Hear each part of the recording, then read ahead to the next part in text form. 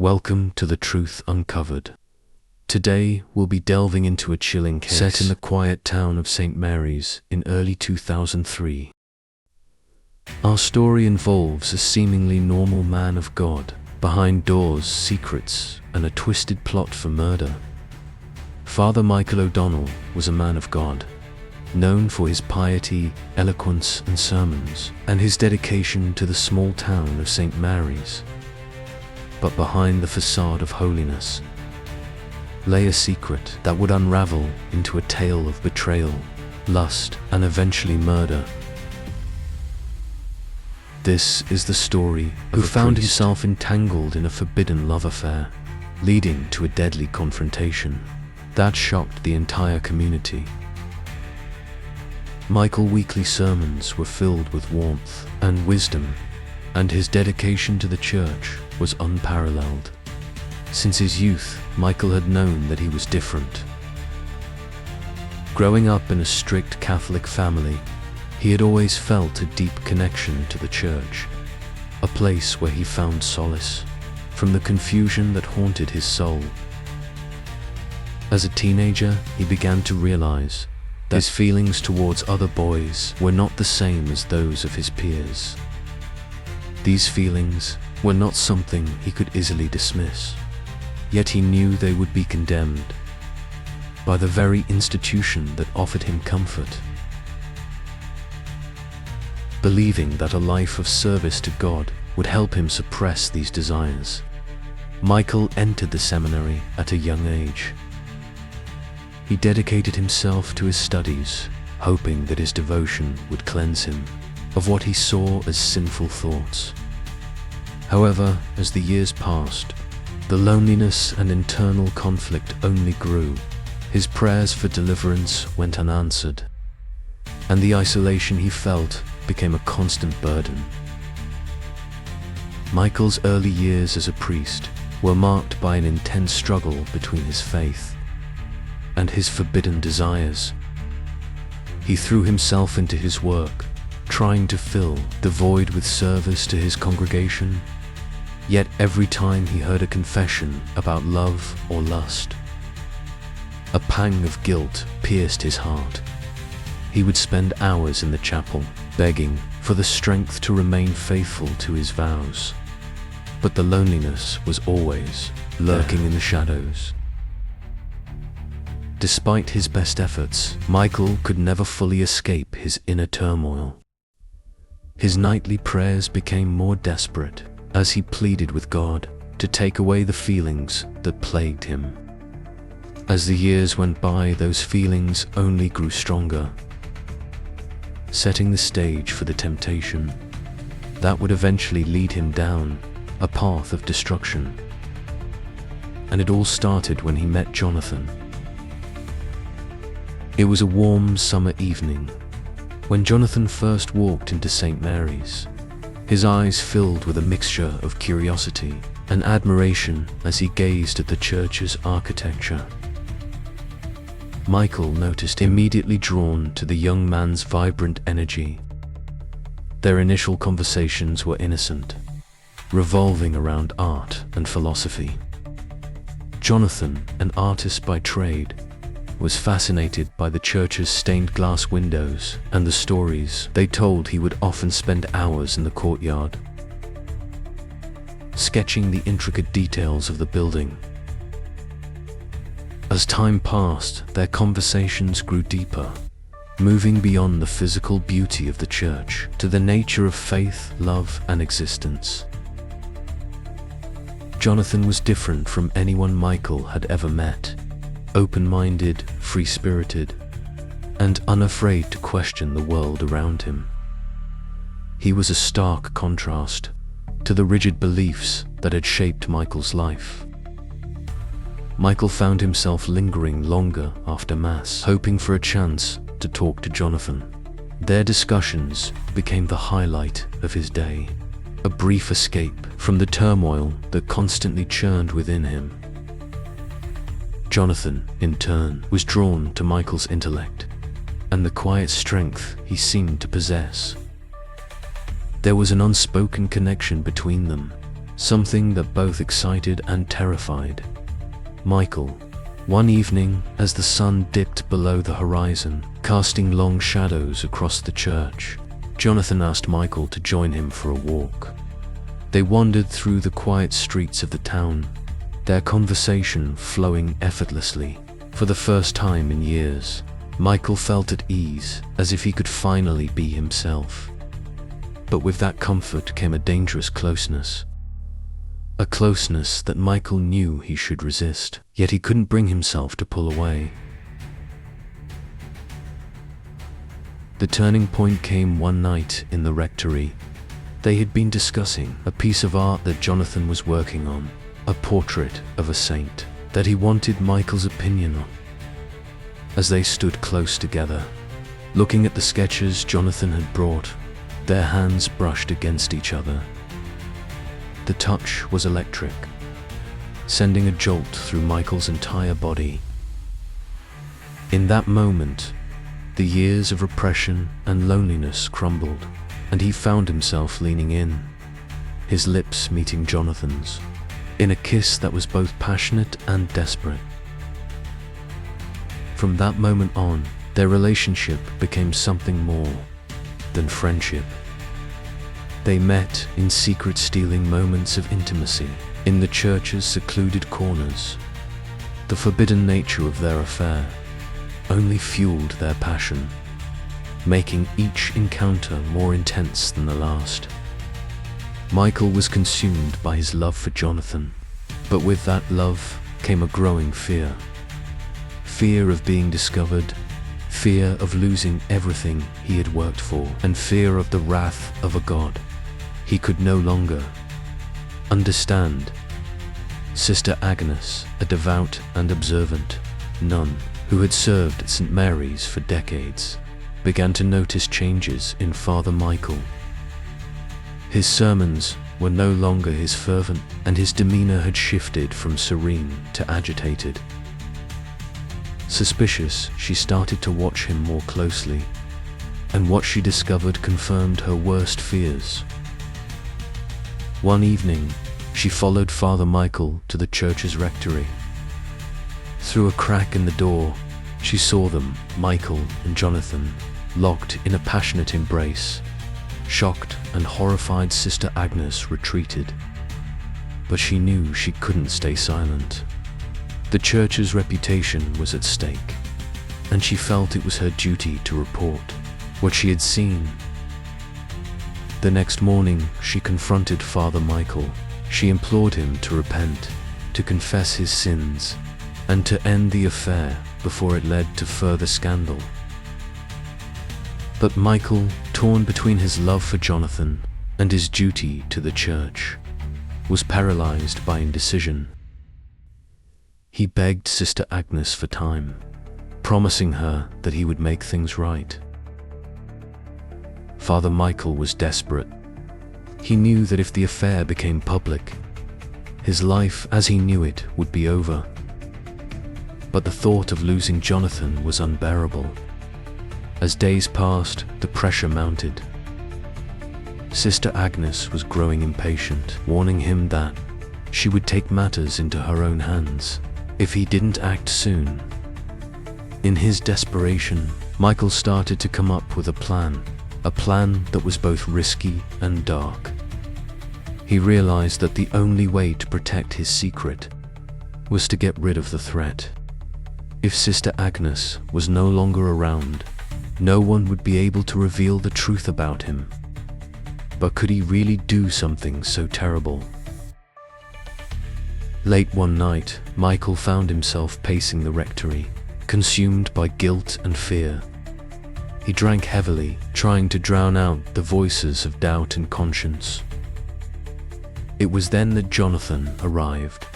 Noticing Michael's distress, Michael confessed everything to him: his love, his fears, and the terrible plan he had been considering. Jonathan, shocked and horrified, pleaded with Michael to abandon the idea.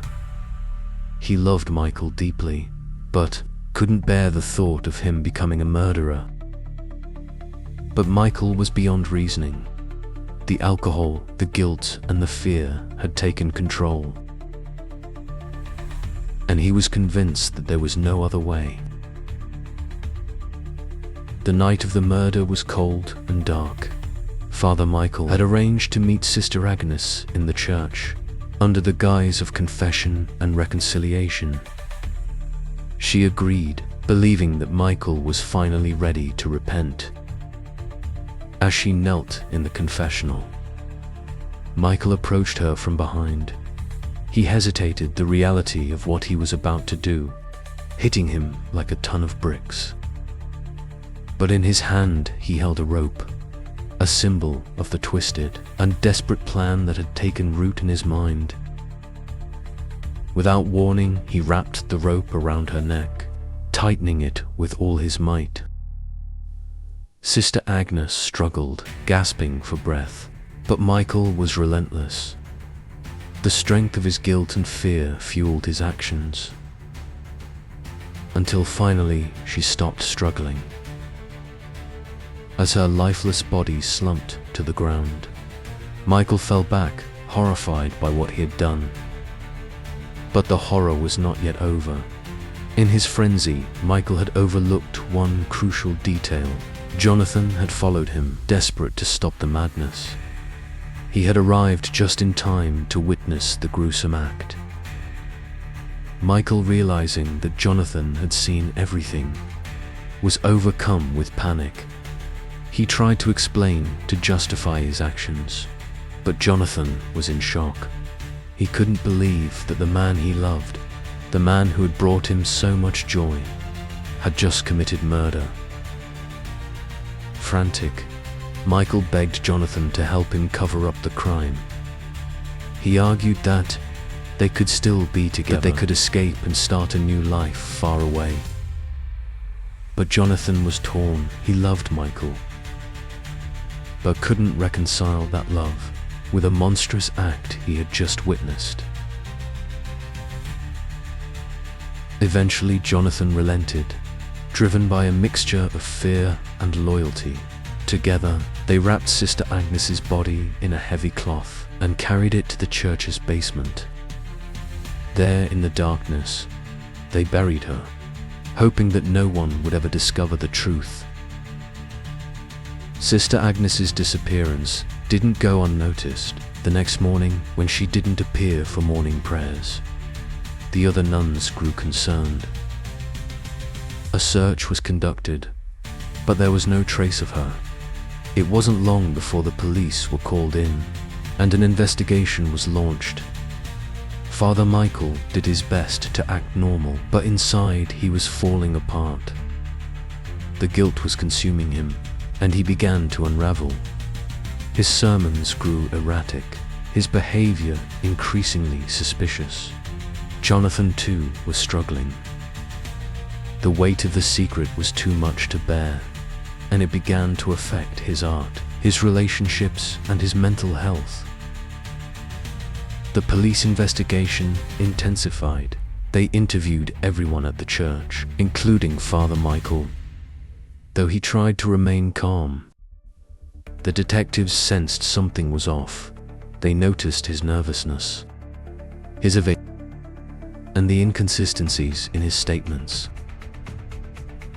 As the investigation progressed, the pressure on Michael and Jonathan grew. Jonathan, unable to cope with the guilt, started drinking heavily. His once vibrant and passionate demeanor was replaced with despair and self-loathing. He became distant, and his relationship with Michael deteriorated. One evening, after a particularly intense argument, Jonathan stormed out, leaving Michael alone in the rectory. Desperate and afraid, Michael reached for the bottle, hoping to drown his sorrows. But the alcohol only heightened his paranoia. He became convinced that Jonathan was going to betray him, that he would go to the police and confess everything. Driven by fear, Michael decided that he had to act before Jonathan did. He knew it was only a matter of time before the police closed in on him, and he couldn't allow Jonathan to be the one to bring him down. The final confrontation took place on a stormy night. Michael, his mind clouded by alcohol and fear, confronted Jonathan at his apartment. The argument quickly escalated, with Michael accusing Jonathan of planning to betray him. Jonathan, heartbroken and exhausted, tried to calm Michael down, but it was no use. In a fit of rage, Michael grabbed a nearby object, a large, ornate dildo that Jonathan had used in his art, and struck Jonathan across the head. The blow was powerful, fueled by Michael's fear and anger. Jonathan stumbled back, dazed and bleeding, realizing what he had done. Michael panicked. He knew there was no turning back. With shaking hands, he took the same rope he had used on Sister Agnes and wrapped it around Jonathan's neck, choking him as tears streamed down his face. Jonathan's body went limp, and Michael collapsed next to him, sobbing uncontrollably. Earlier, a neighbor had overheard the commotion and, alarmed by the sounds of struggle and shouting, called the police.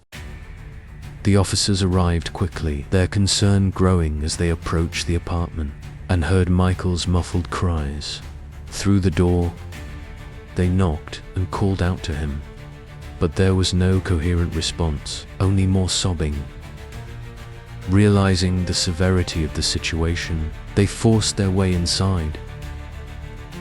As the officers led him out of the apartment, something in Michael snapped. He broke free, grabbed a nearby gun from an officer, and fired wildly. In his panic, the bullets hit one of the officers and a bystander who happened to be passing by the building. Chaos erupted as the officers shouted for backup and struggled to restrain the unhinged priest. The sound of gunfire echoed through the apartment complex, sending neighbors into a state of fear. Michael, now fully consumed by his madness, retreated into the apartment, barricading himself inside.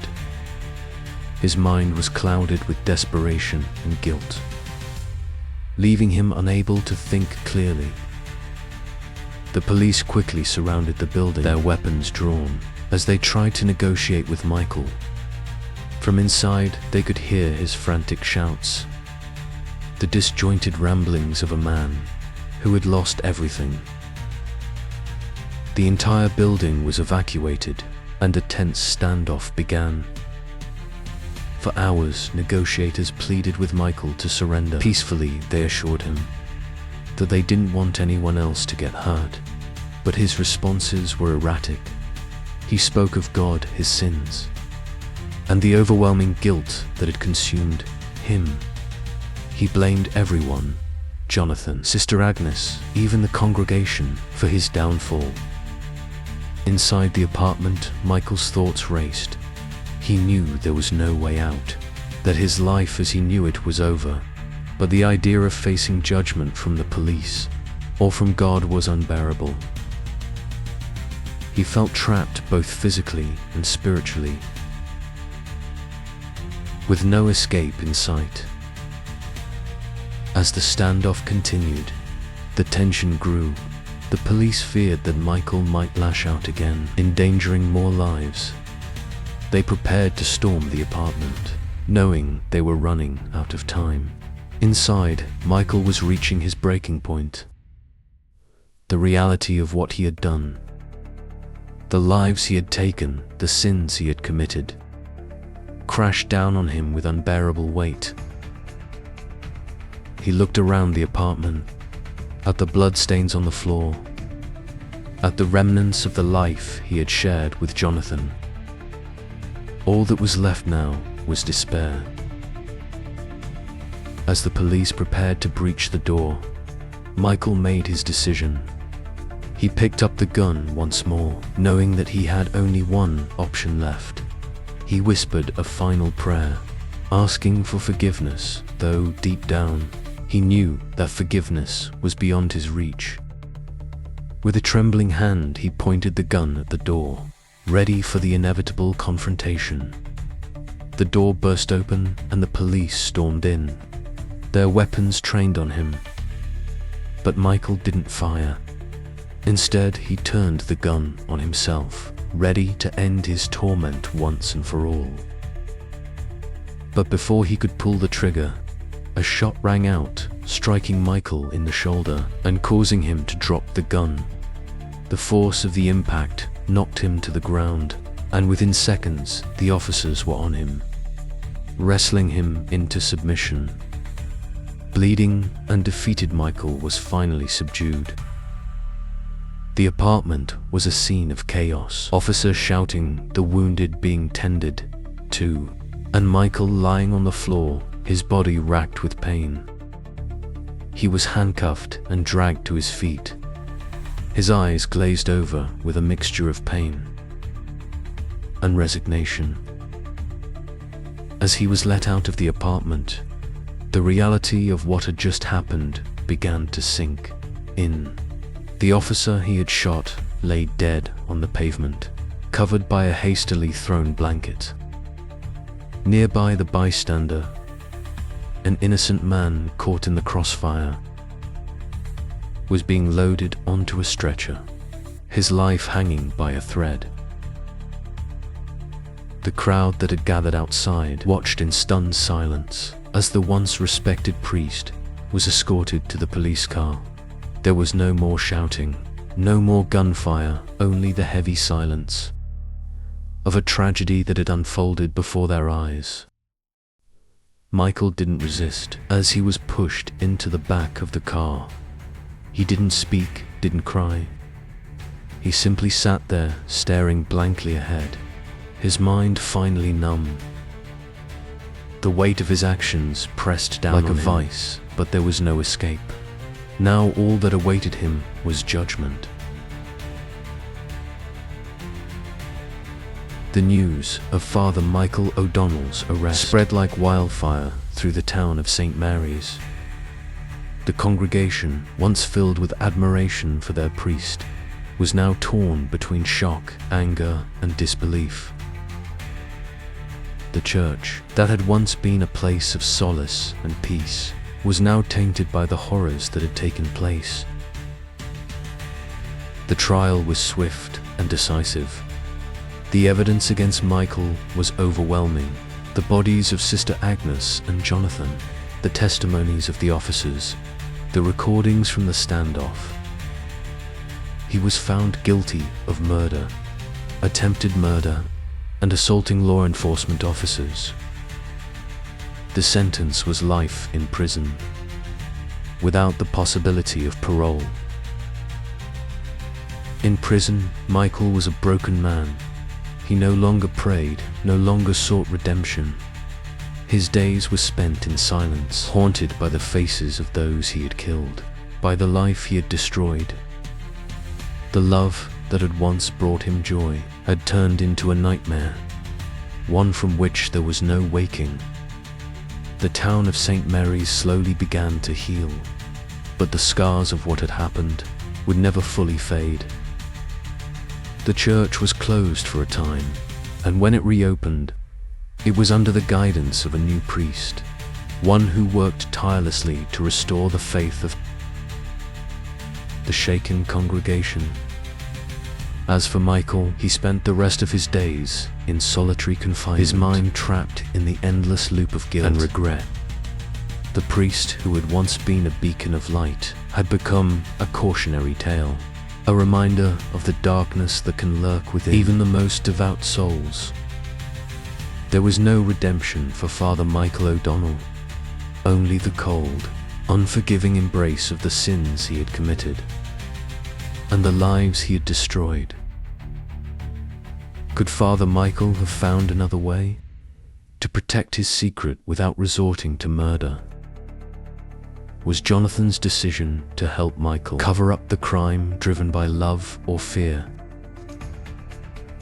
Make sure to stay with us as we explore more of these gripping, true crime stories, each more shocking than the last. Subscribe now so you never miss a moment of the drama, the intrigue, and the chilling consequences of lives lived on the edge.